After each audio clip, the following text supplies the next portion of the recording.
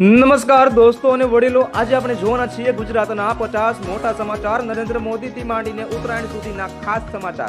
જો મિત્રો નવા તો ચેનલને સબસ્ક્રાઇબ કરી નાખજો. વડાપ્રધાન નરેન્દ્ર મોદી અને જર્મન ચાન્સેલર ફ્રેડરિક મર્ઝે ગાંધી આશ્રમની મુલાકાત લીધી અને બાપુને શ્રદ્ધાંજલિ અર્પણ કરી. સાબરમતી રિવરફ્રન્ટ પર પીએમ મોદીએ આંતરરાષ્ટ્રીય પતંગ મહોત્સવનું ઉદ્ઘાટન કર્યું. અમદાવાદના આંગણે 50 દેશોના 135 થી વધુ પતંગબાજો પતંગ મહોત્સવમાં ભાગ લઈ રહ્યા છે. પીએમ મોદી અને જર્મન ચાન્સેલર વચ્ચે મહાત્મા મંદિરમાં દ્વિપક્ષીય બેઠક યોજાશે. સેમી કન્ડક્ટર અને ગ્રીન એનર્જી પર કરાર શક્ય છે. માઉન્ટ આબુમાં તાપમાન 0 ડિગ્રીએ પહોંચ્યું. મેદાનો અને વાહનો પર બરફની ચાદર છવાઈ ગઈ. નલિયા, ગાંધીનગર અને ડીસા સહિતના શહેરોમાં ઠંડીનો પારો ગગડ્યો. લોકો ઠૂઠવાયા. વીવીઆઈપી મૂવમેન્ટને કારણે આજે બપોર સુધી રિવરફ્રન્ટ રોડ અને આશ્રમ રોડ પર વાહન વ્યવહાર નિયંત્રિત રહેશે. ડોક્ટર બાબા સાહેબ આંબેડકર ઓપન યુનિવર્સિટીએ વિવિધ કોર્સની ફીમાં ₹3,000 થી 15,000નો વધારો કર્યો છે. હવે માત્ર 6 કોર્સ માટે જ નીટ લેવાશે. કમિશન દ્વારા નવી ગાઈડલાઈન જાહેર. ભારત અને ન્યુઝીલેન્ડ વચ્ચેની પ્રથમ વનડે મેચ આજે વડોદરાના સ્ટેડિયમમાં રમાશે. સુરત જિલ્લા મહુવા તાલુકાના 34 ગામોને કિસાન સૂર્યોદય યોજના હેઠળ હવે દિવસે વીજળી મળશે. અમદાવાદના દરિયાપુર વિસ્તારમાં એક બંધ મકાનમાં ભીષણ આગ લાગી. ફાયર બ્રિગેડ ઘટના સ્થળે પહોંચી છે. ગઈકાલે પીએમ મોદીની હાજરીમાં સોમનાથમાં ભવ્ય શોભાયાત્રા નીકળી હતી. આજે પણ ભક્તોનું ઘોડાપુર ઉમટ્યું. બોમ્બની ધમકી મળ્યા બાદ સુરત અને રાજકોટ કોર્ટમાં સંકુલમાં સુરક્ષા વ્યવસ્થા સઘન બનાવવામાં આવી છે. મધ્યપ્રદેશના ઇન્દોરમાં પતંગના દોરાથી ગળું કપાતા 45 વર્ષીય વ્યક્તિનું મોત. ગુજરાતમાં પણ તંત્ર સતર્ક બન્યું છે. ભારતીય રેલવેએ દેશની પ્રથમ હાઇડ્રોજન ટ્રેન તૈયાર કરી છે. જલ્દી ટ્રાયલ રન શરૂ થશે. ઇસરો દ્વારા PSLV C-62નું લોન્ચિંગ. કેટલાક અહેવાલો મુજબ ટેકનિકલ ખામી સર્જાઈ હોવાની ચર્ચા છે. દિલ્હીમાં તાપમાન 3.2 ડિગ્રી સુધી ગગડ્યું. ગાઢ ધુમ્મસને કારણે ફ્લાઇટ્સ અને ટ્રેનો મોડી આવશે. મણિપુરમાં સુરક્ષા કારણોસર પેટ્રોલ પંપો અનિશ્ચિત મુદ્દત માટે બંધ કરાયા. સેના તૈનાત કરવામાં આવી. LOC નજીક પાકિસ્તાની ડ્રોન જોવા મળતા સેનાએ ફાયરિંગ કર્યું. સર્ચ ઓપરેશન શરૂ કરવામાં આવ્યું. મહાયુતિ ગઠબંધને BMC ચૂંટણી માટે પોતાનો મેનિફેસ્ટો તૈયાર કર્યો છે. મહારાષ્ટ્ર નવનિર્માણ સેનાના પ્રમુખ રાજ ઠાકરે પર પ્રાંતિયોને લઈને ફરી વિવાદાસ્પદ નિવેદન આપ્યું છે.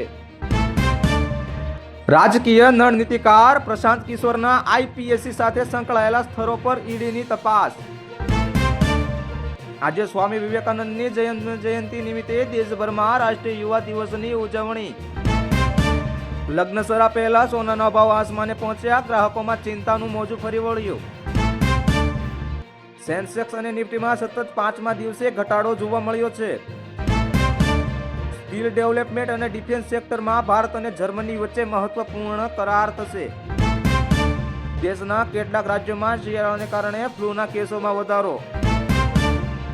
અમેરિકાના પૂર્વ રાષ્ટ્રપતિ ડોનાલ્ડ ટ્રમ્પે ઈરાનને ચેતવણી આપી છે કે જો હુમલો થશે તો ગંભીર પરિણામો ભોગવવા પડશે.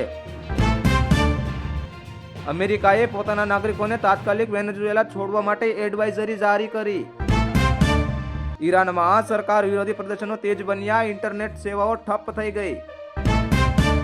1418માં દિવસે પણ રશિયાના હુમલા ચાલુ. યુક્રેનની ઉર્જા વ્યવસ્થાને નિશાન બનાવાઈ.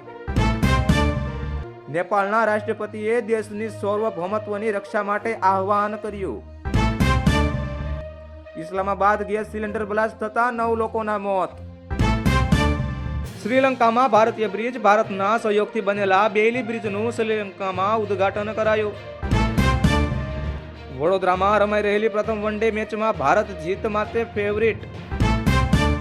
ચેસ લેજેન્ડ વિશ્વનાથન આનંદે ફરીથી સ્પર્ધાત્મક ચેસમાં વાપસી કરી.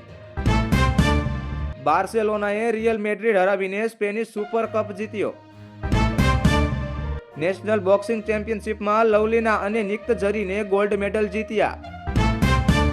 વર્લ્ડ કપ 2026ની ટ્રોફી ટૂરમાં ભાગ લેવા માટે ટ્રોફી ભારતમાં આવી પહોંચી. હોલીવુડમાં ગોલ્ડન ગ્લોબ એવોર્ડ જાહેર. ઓપનહાઇમર અને સેન્સેક્સ જેવી કૃતિઓનો દબદબો. હોલીવુડ સ્ટાર ટિમોથી શેલમેને શ્રેષ્ઠ અભિનેતાને ગોલ્ડ ગ્લોબ એવોર્ડ મળ્યો.